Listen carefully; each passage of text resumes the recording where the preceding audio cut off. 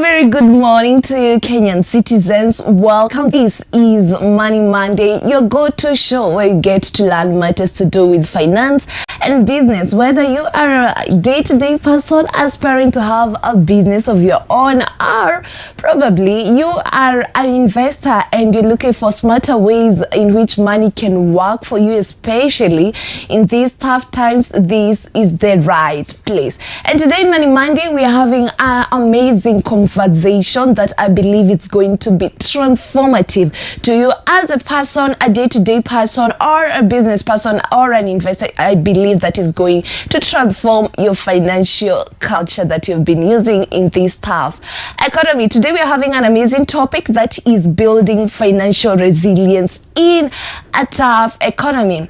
And we did the statistics, and in today's economy, in today's economic climate, things are tough, everything is tough, things are changing each and every day. You get to talk about inflation, but people need that. What you need as a person, that is financial resilience. And according to World Bank, over 60% of small businesses in Africa have been reported to reduce revenue, that is in 2024 and 2025. Number one, due to inflation. So what are you going to do as a business person to make sure that you're not affected by the economic downturns that are happening? Or you as a person, what are you going to do to make sure that your purchasing power on products and everything haitakuwa affected sana? And they say that also currency fluctuations and rising operational costs. And they're saying in Kenya, that is the Kenya National Bureau of Statistics noted that 45% of SMEs closed down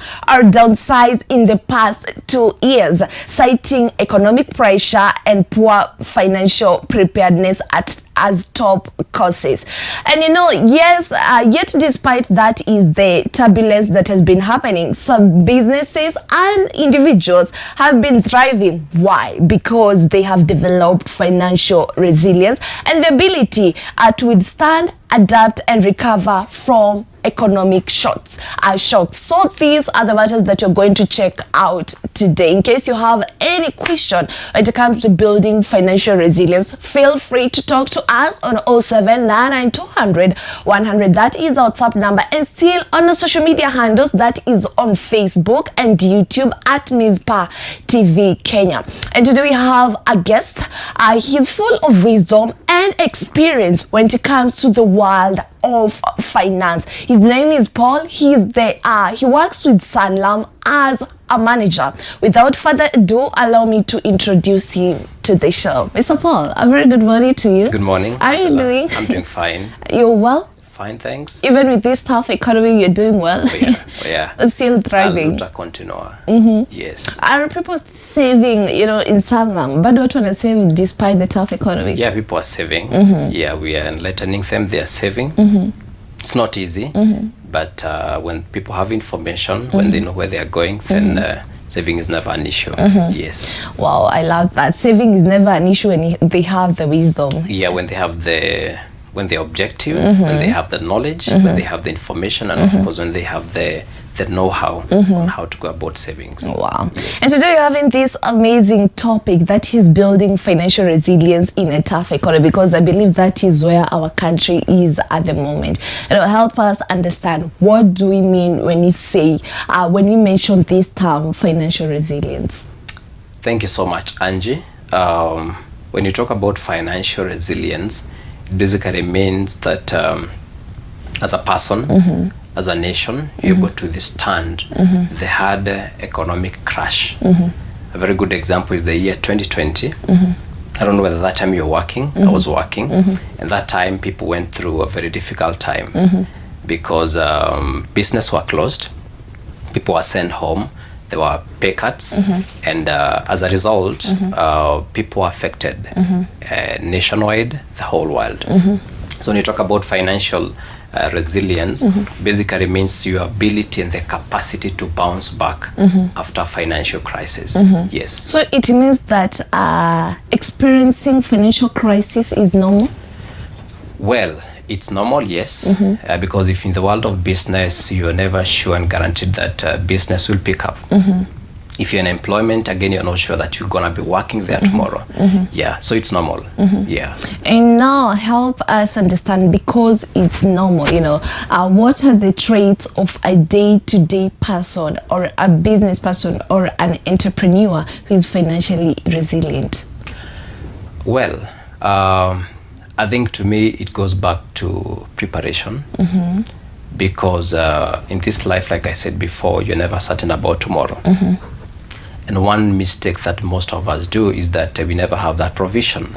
You're in business, you're employed, but unfortunately, especially those people who are employed, they live from one paycheck to another. So there is no that aspect of preparing for the worst. There is no that aspect of having a provision. And maybe in line with that question, you realize that so many things can happen. And maybe to highlight the issue to do with death will affect most of us when it comes to financial planning. There is what you call the pay cuts. There is sickness, you know, there is accidents, there is job loss, etc. So when it comes to financial resilience, to me what matters most is how do you plan for the worst? You know, how do you create a provision? Do you have an emergency kitty? Do you have a saving that will ensure that once your business goes down, once you lose your employment, you'll be able to go back to where you were initially? Yeah, so to me that is what is very important. Yes. And you mentioned something to do, that is the emergency savings. So you mentioned death. Najua kwa death kuna kuwa na something that we call last expense, but I don't think people love taking that, you know, inakuwa kwa insurance. People love taking that product. But when you talk about emergency savings, why is it necessary? Because mtu anakaa chini anajiuliza, why should I think of the worst? Well, when you talk of last expense, I wouldn't want to talk so much about it because it depends with where one comes from. There are people in certain regions who have embraced the last expense. When you go, for example, to Western Kenya, when it comes to death, they don't mind so much about it. You go to Central Kenya, you talk about death, that is a nightmare. But I think basically when we talk about last expense, to me I take it as a preparing for the worst. Because you've seen people passing on and people are put on WhatsApp group to start saving. To me I don't think that is right. And I think when you have that last expense kitty, it will just make your work easier when you're in trouble, when you're troubled. Yes. Apart from death, should also businesses have that is an emergency fund? Yes. When you go now to the financial aspect, you're supposed to have what you call provisions, and these provisions come in so many ways. So there is provision for what you call the bad debts. Sometimes in business you give out your goods on credit, and you're never sure that you're going to receive all the money from the debtors. So create that provision in that if these people don't pay whatever you've given to them on credit, then there is a provision to cater for that. That is number one. Number two, in business, every time you make profit, it is wisdom for you to have a small provision, 20%, because again, you can't go ahead and plow back everything. So if you made a profit of X amount of money, save at least 30%. So that money is to work to cater for any form of emergency. For example, there are months when business is not doing very well. Yes, true. So what do? From the kitty, you can take some cash, you cater for rent, you cater for other expenses. So the provision is very important. This is not just in business, but also to you as an individual. And you listen to most people talking about finances, they emphasize on savings. I think we had that discussion last time. Yes. So if you're employed, also have a provision. Put aside something small to cater for the emergencies. If maybe you're earning X amount of money, say every month I'll be saving 3,000, 2,500, this to cater for an emergency. Yes. Okay, I love the way you're bringing it out. And let me take you back. You mentioned something to do with preparedness, you know. As a person, let's talk about the people who are employed.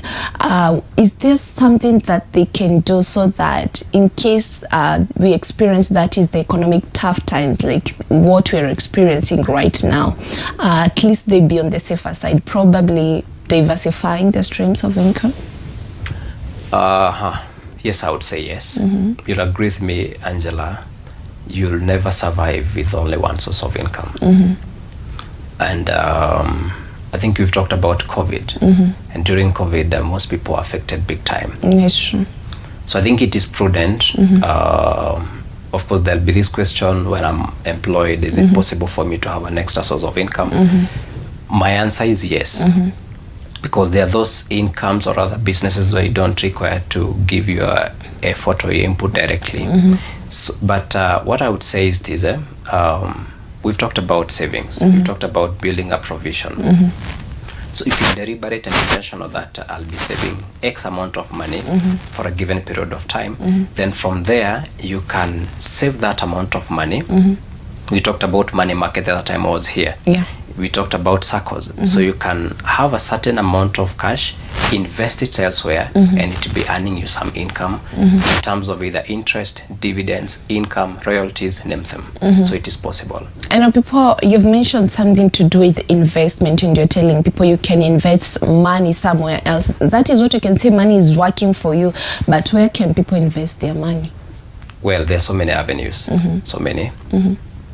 I think I've just talked about the cash that you get as a result of investment. I've talked about royalties, I've talked about interest, I've talked about bonuses, I've talked about rental income. So there are so many avenues that you can take your money.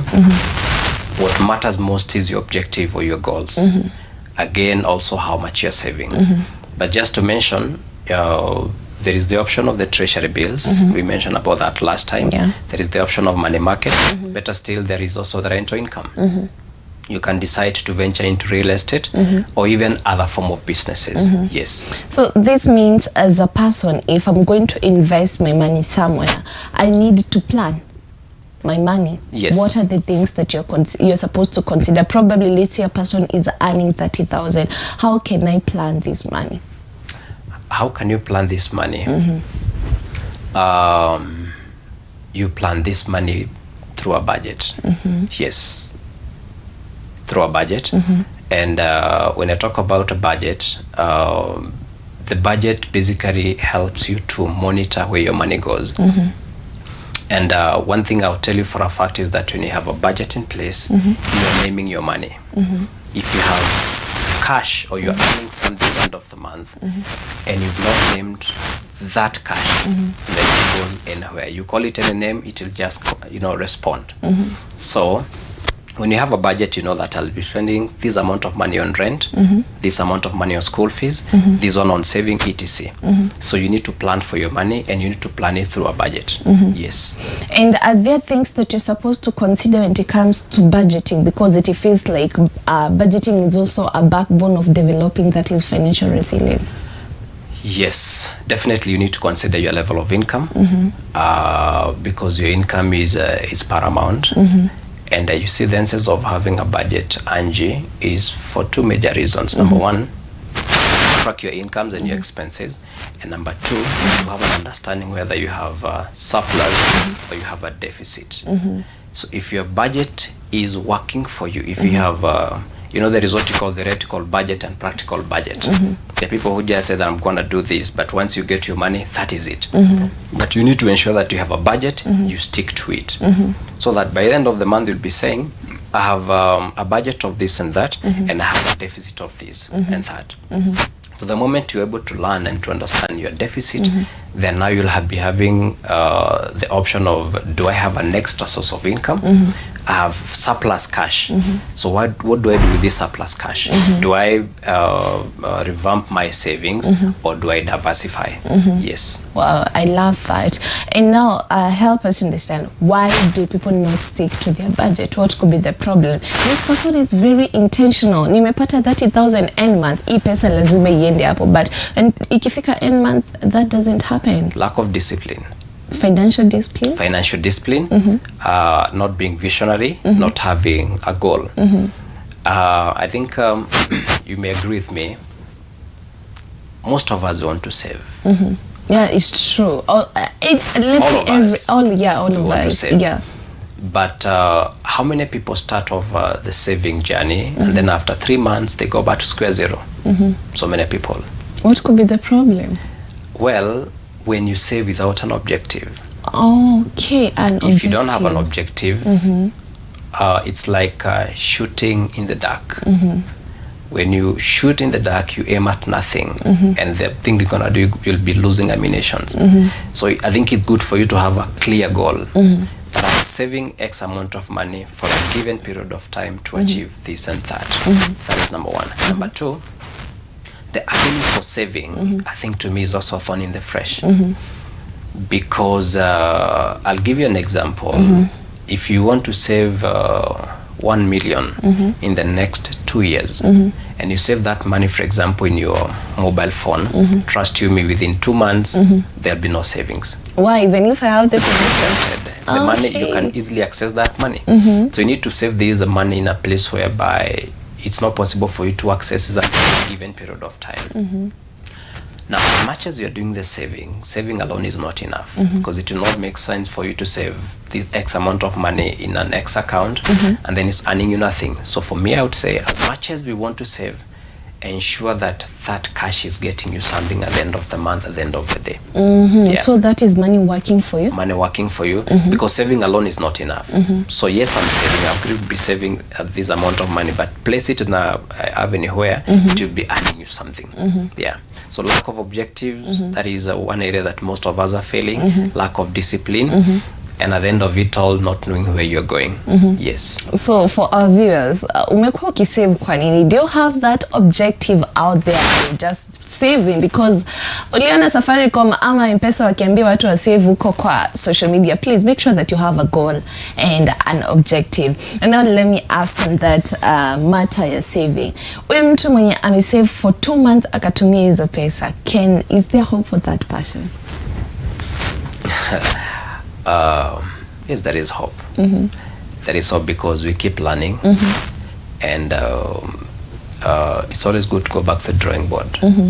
And you'll agree with me, most of us have made financial mistakes. Yeah, it's true. Yeah, I know probably where I am today, I would be maybe very far, but I've also committed financial errors because of the lack of discipline. So there is hope.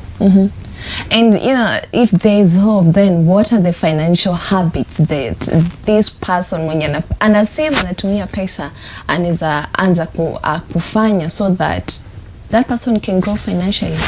So Rome was never built within a day. And you say a journey of 1,000 miles begins with one step. So to me, what I would advise is good to seek knowledge, seek information. The Bible says that we perish for lack of knowledge. Yes, true. And the moment you have knowledge and the know-how, then it will be very easy for you to start all over again. It's also good to track your expenses, to track your incomes, and at the same time you also do tracking of your savings. Because one thing, and I mentioned earlier, lack of discipline is affecting most people. And maybe we should be asking ourselves, how comes you're not so disciplined and successful when it comes to the saving process? For one simple reason, I could be saving towards attaining a certain goal, but in between something happens. We talked about emergencies. There is no way I'll agree to suffer and have money somewhere. You know, so I think there is a lot to do. Because when you started off, we talked about financial resilience. And I think it's also good for us to understand what is making most people not to succeed when it comes to finances. I mentioned about sickness. And that is one area, Angie, that is pulling so many people down. And preparation is also very important. Right now, it's very important for you to cater for those emergencies. Ensure that, for example, you have a good medical scheme, in that in case of ailment, it will not eat into your savings. That is number one. I also talked about the pay cuts. And during COVID, most people were affected big time because their salaries was cut by 50% or 40%. So you need to have a provision for the same. We used to talk about having a saving for 6 months. Right now you need to have as much saving as possible to ensure that take you through in case of a job loss. That is also very important. And apart from that, there is also what you call there is the losses in the businesses, because we are talking about businesses and also individual. So for the losses, also ensure that you have a provision. When you have those mechanism in place, then they'll not eat into your savings. Yeah. So when you start off something, it will go to the end. Yeah. So for viewers, I believe that you are learning a lot when it comes that is developing financial resilience in these tough economic times. And please talk to us, Utuambie, you know, what is that one thing that you've learned in this session and you feel like, you know what, this is what I'm going to start. As a business person, I'll be doing this, you know, as a day-to-day person, I'll start doing this. Please feel free to talk to us on 0799 200 100. That is our WhatsApp number. And still on social media handles, that is on Facebook and YouTube at Mizpah TV Kenya. We're going for a short break, but stay tuned. I'll be right back.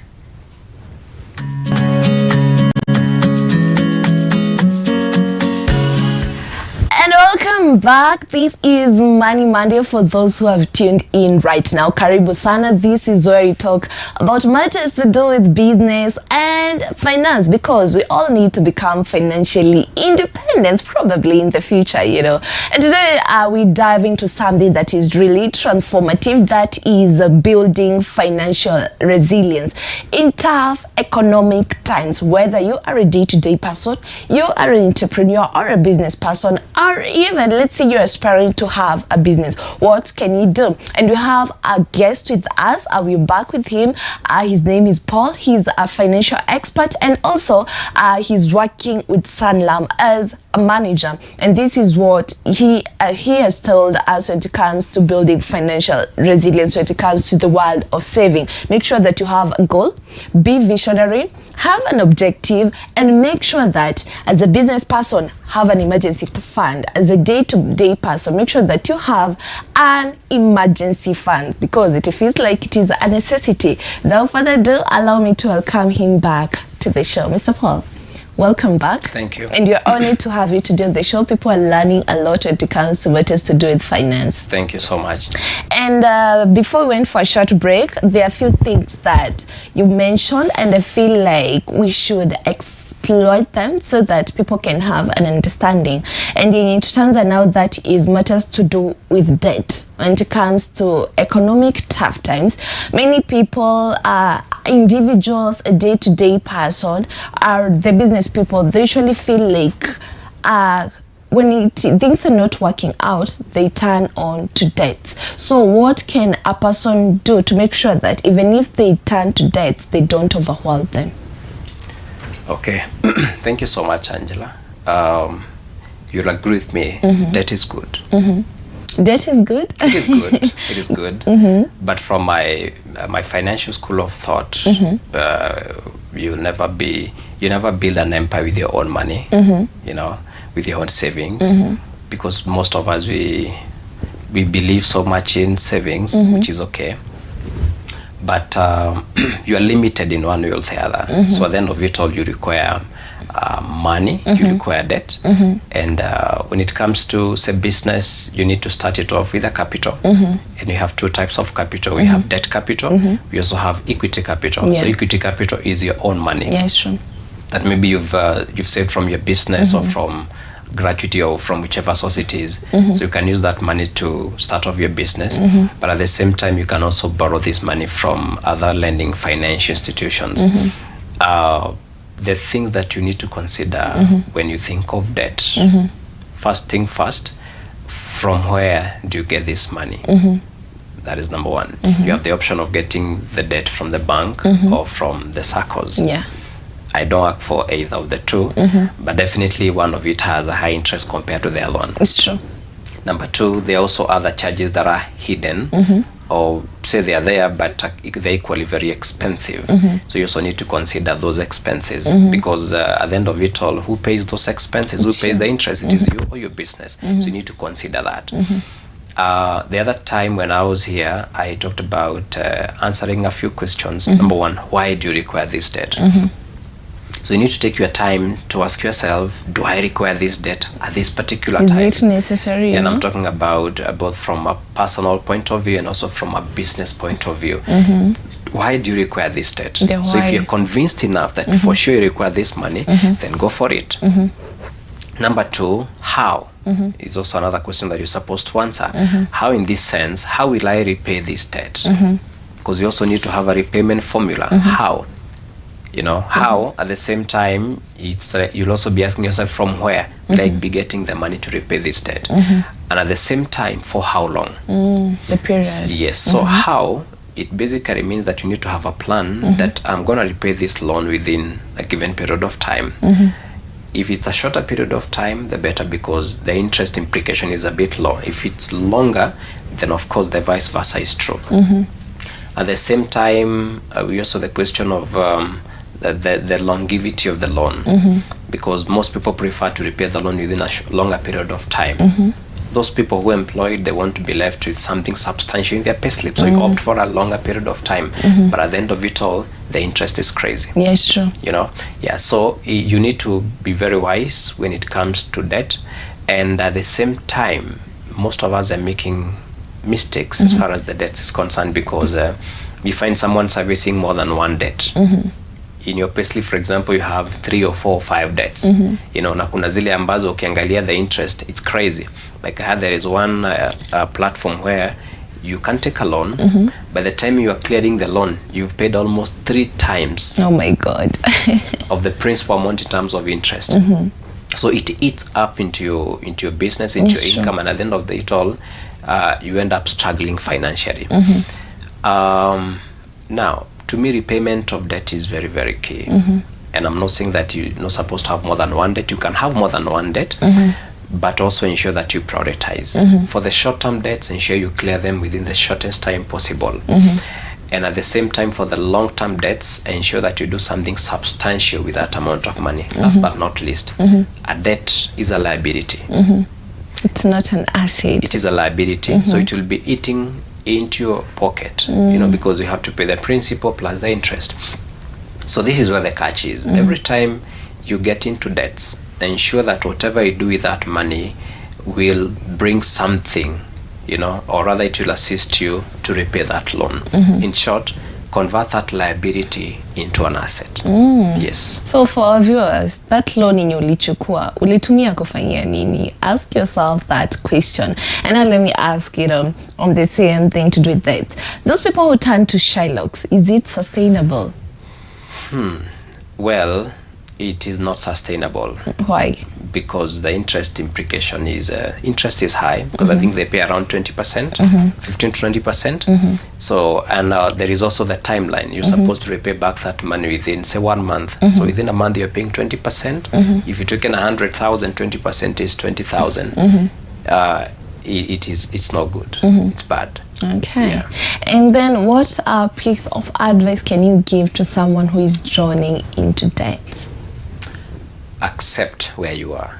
Wow. That is number one. Because the moment you accept that, hey, this is who I am, I have this number of debts, this is my net pay. You see, it's just like when you're sick. When you're sick and you're given medicine, you also need to believe that if I take this medicine, I'll be well. So first thing first, accept that this is where I am, and then from there now, start walking the journey of recovery. Yes. Okay. So for viewers, accept where you go, accept uko na madeni, then they start working on it, right? Yes, yes. Wow, that's powerful.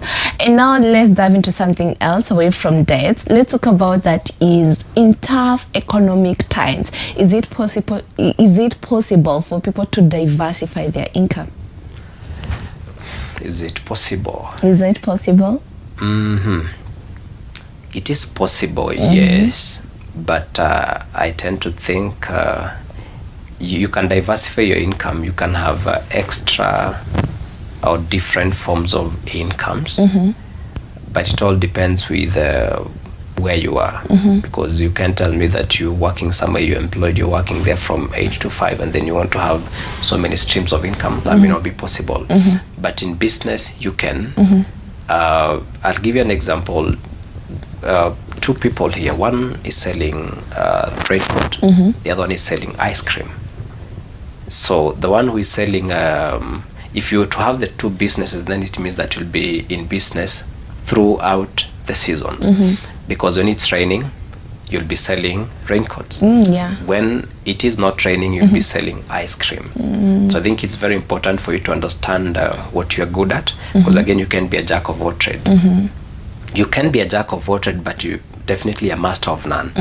So I would advise you look at your strength, what you are good at. There are those people who are good in public speaking, for example. So you can still be doing your business wherever you are. You can be employed, but when you're not so busy, you can now dive into the other side and you do something to bring something to your table at the end of the day.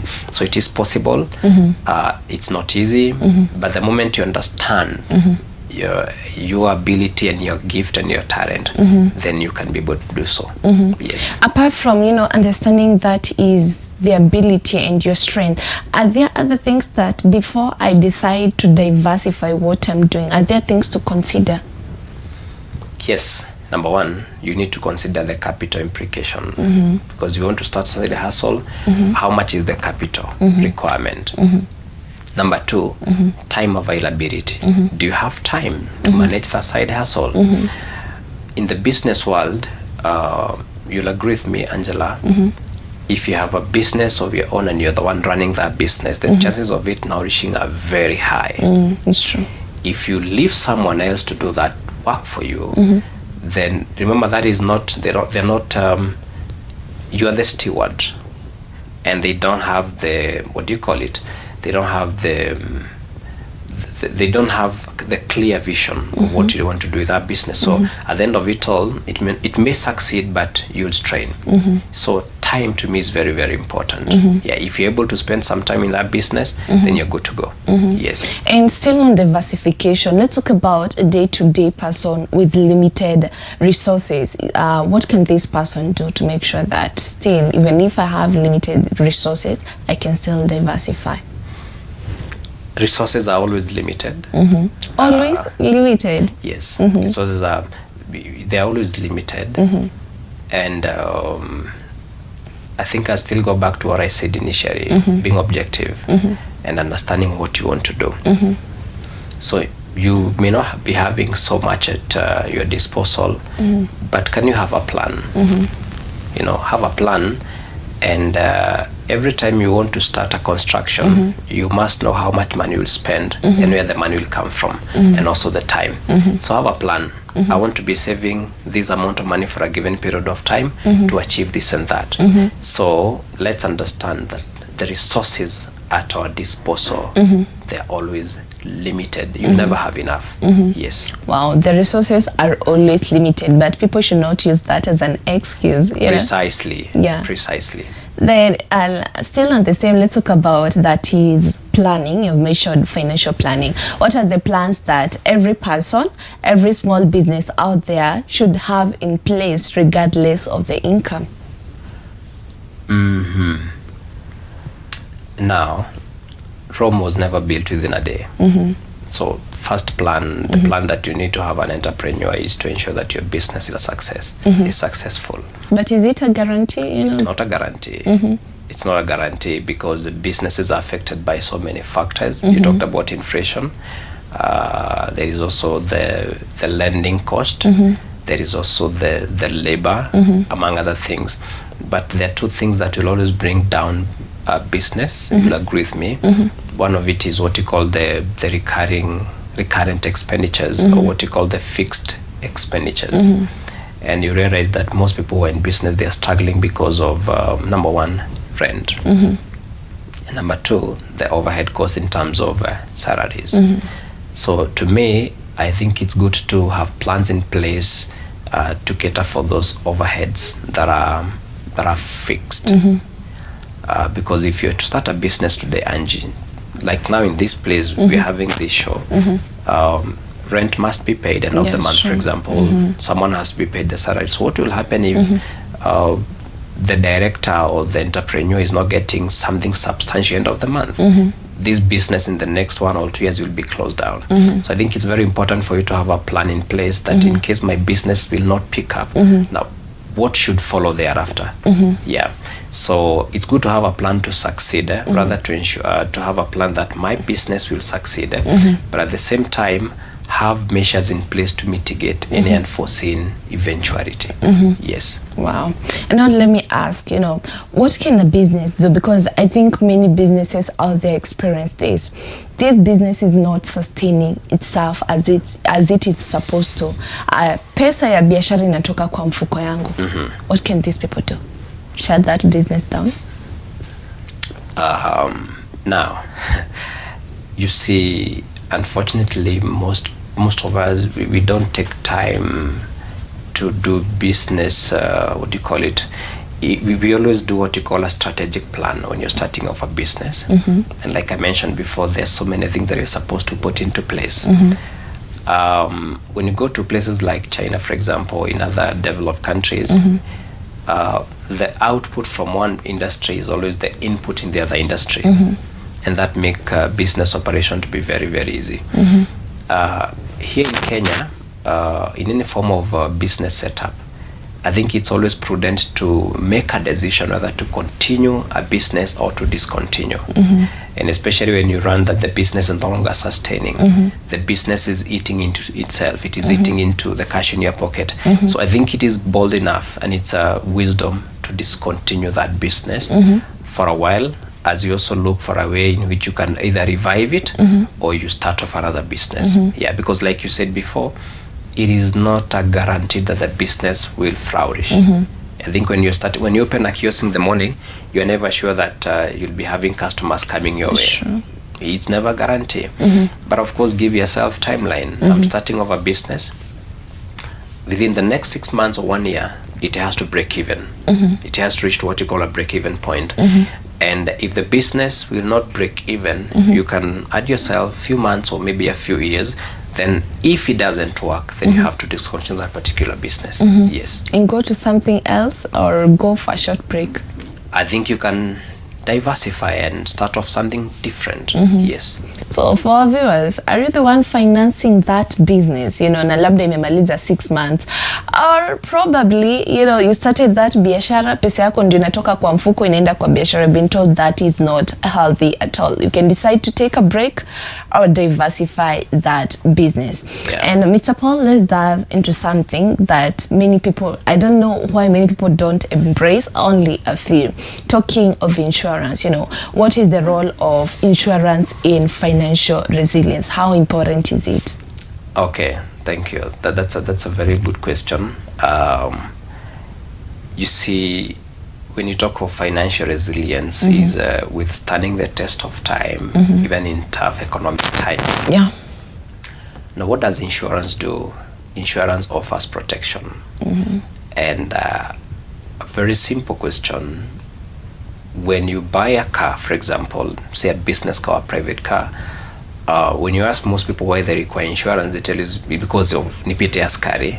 But you see, that is not the reason. Mm-hmm. This is so that in case of an accident, whether the insurance is third party or comprehensive, you'll be able to, the company will reinstate you back to your initial Mm-hmm. financial position. Mm-hmm. So that is the protection bit of it. Mm-hmm. And that is what you're talking about, financial resilience. Mm-hmm.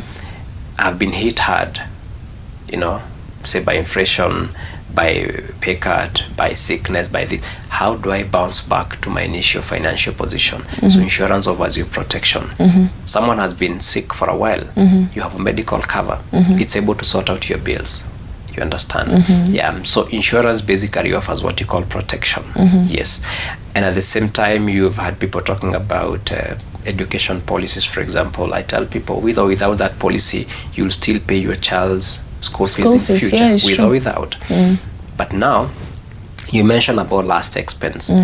So at what point will this insurance make sense to you? It makes sense to you when, by God forbid, a parent loses his life. So what will become of the child?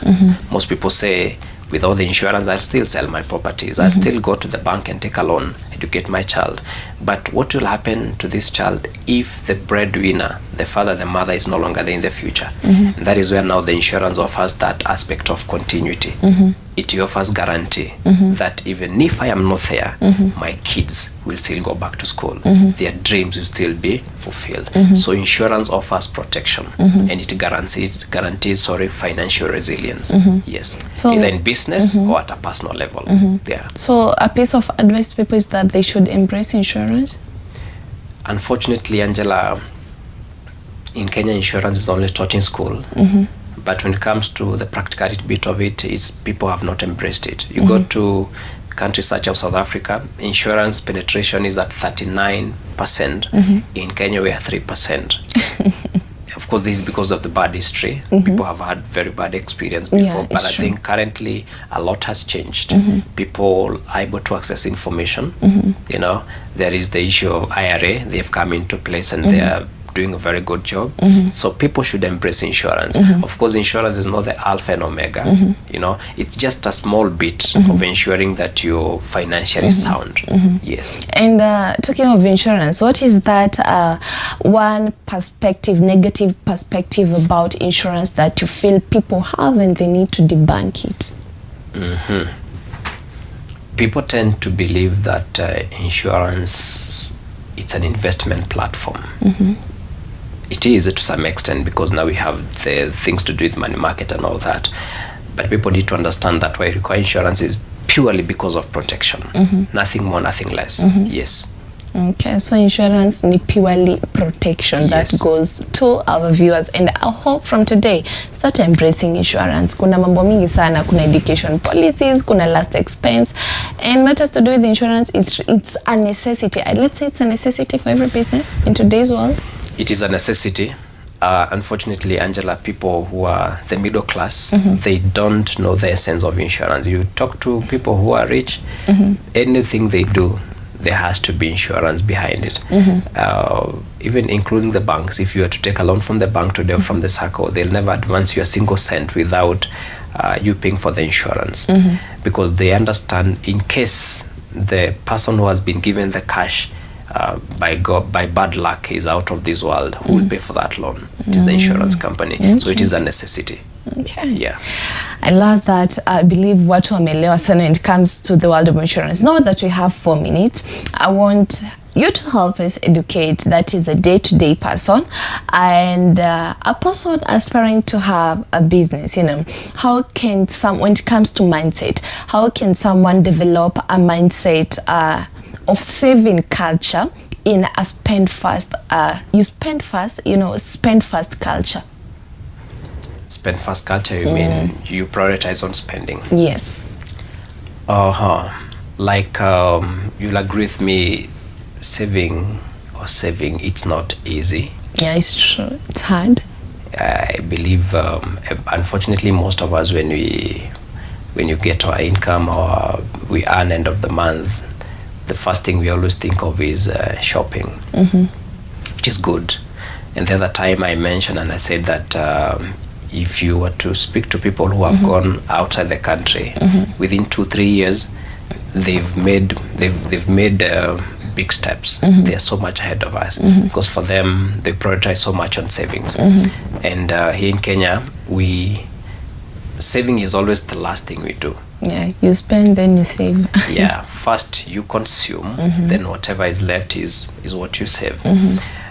But like I mentioned before, have an understanding of where your money is coming from and where your money is going. The moment you understand that this is my income end of the month and this is my expenses end of the month, then you need to do something about it. And I talked about naming your money. So if you have any money in your payslip that is not named, it will go into waste. Yeah, so first thing first, depending on who you are, there are people who first prioritize on doing the shopping, they pay the house rent, they pay tithe, etc. Then wale chini ni kusave. For me, I think the vice versa would be true. When you get your money, have what you call an automated form of saving. I'm earning 50,000, 10,000 goes into my saving, then the other 40,000 I can comfortably spend that money. In fact, when you have a budget in place, when you have your savings in place, you even enjoy the balance because unajuanga nimejisort, so whatever is remaining ni yangu ya kutumia. Yeah. Wow. We have that is 2 minutes. Probably we can give our viewers that is 3 practical tips when it comes to building, when it comes to becoming financially resilient? The first tip is always anticipate for the worst. That is number one. When you go to the business world, we always told it's good for you to overstate expenses at all the time, and you reduce the income. By this I mean have a provision in place to cater for any emergency. That is number one. Number two, you also need to have you need to be visionary in whatever you do. You need to be objective. You need to have a goal. By this I mean you need to be certain that by this period of time I need to have achieved this and that. And number three, it is always good to have what do you call it? To have a budget in place. I'll keep on talking about budgeting because that is where most of us are failing. You need to know how to track your money at any given time. Yes. Wow. I believe our viewers, you have learned a lot.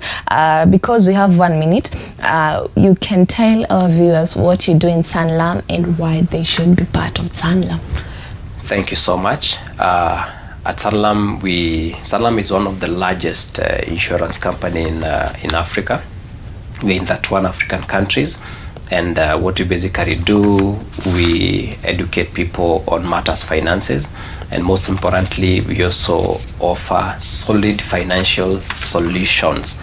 And when it comes to short-term form of investment, such as money market, when it comes to long-term form of savings, such as education policies, retirement policies, we also have investment policies, and at the same time, we also manages pension for the retirees.